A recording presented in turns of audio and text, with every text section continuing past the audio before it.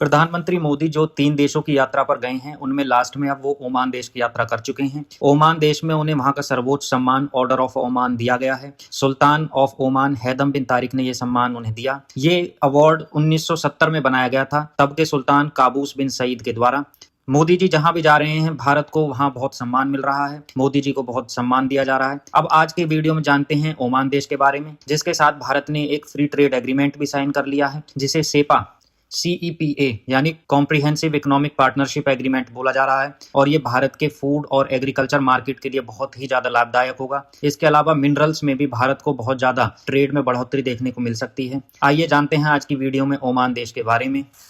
Oman अरब प्रायद्वीप यानी Arabian peninsula का एक प्रमुख देश है, जो अपनी शांति प्रिय नीतियों और भारत के साथ ऐतिहासिक मित्रता के लिए जाना जाता है। हिस्ट्री ऑफ ओमान को देखें तो यह हजारों साल पुराना है और यह हमेशा से एक महत्वपूर्ण समुद्री व्यापार केंद्र रहा है। प्राचीन सुमेरियाई सभ्यताओं में ओमान को मगन के नाम से जाना जाता था। यह क्षेत्र तांबे यानी कॉपर के खनन और लोबान यानी फ्रैंकिनसेंस के व्यापार के लिए प्रसिद्ध था। 7वीं शताब्दी में पैगंबर हजरत मोहम्मद के जीवन काल में ही ओमान ने इस्लाम कबूल कर लिया था। यहाँ इबादी संप्रदाय प्रमुख है, जो सुन्नी और शिया से अलग एक उदारवादी शाखा मानी जाती है।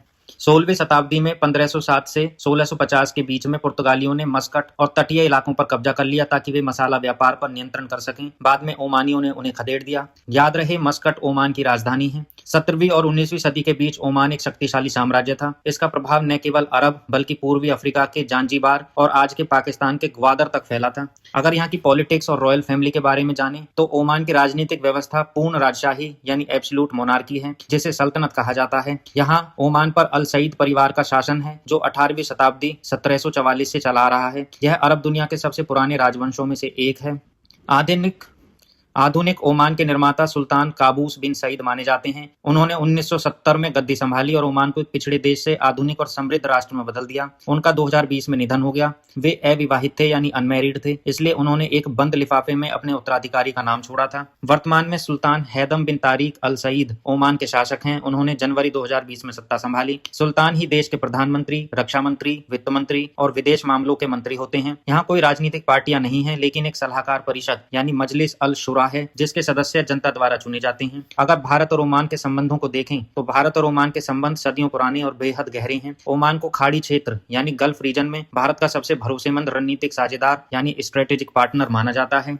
सिंधु घाटी सभ्यता के समय से ही दोनों के बीच लोथल, जो कि गुजरात में है, और ओमान के रास्ते लकड़ी और तांबे का व्यापार होता था। ओमान के शाही परिवार का भारत से गहरा नाता रहा है। गुजर चुके सुल्तान काबूस ने अपनी पढ़ाई भारत यानी पुणे में की थी और भारत के पूर्व राष्ट्रपति डॉक्टर शंकर दयाल शर्मा उनके शिक्षक थे। सुल्तान काबूस भारत को अपना दूसरा घर मानते थे।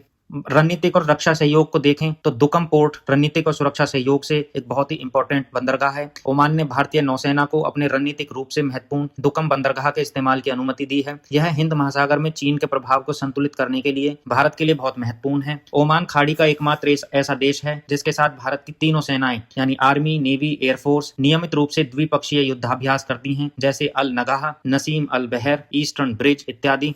भारत और ओमान के बीच अरबों डॉलर का व्यापार होता है। दिसंबर 2025 में अभी मोदी जी के समय में दोनों देशों ने सेपा यानी व्यापक आर्थिक भागीदारी समझौता पर हस्ताक्षर किए हैं, जिससे व्यापारिक रिश्तों को और मजबूती मिली है। ओमान में लगभग 6000 से अधिक भारतीय और भारत ओमान संयुक्त उपक्रम यानी जॉइंट वेंचर्स काम कर रहे हैं।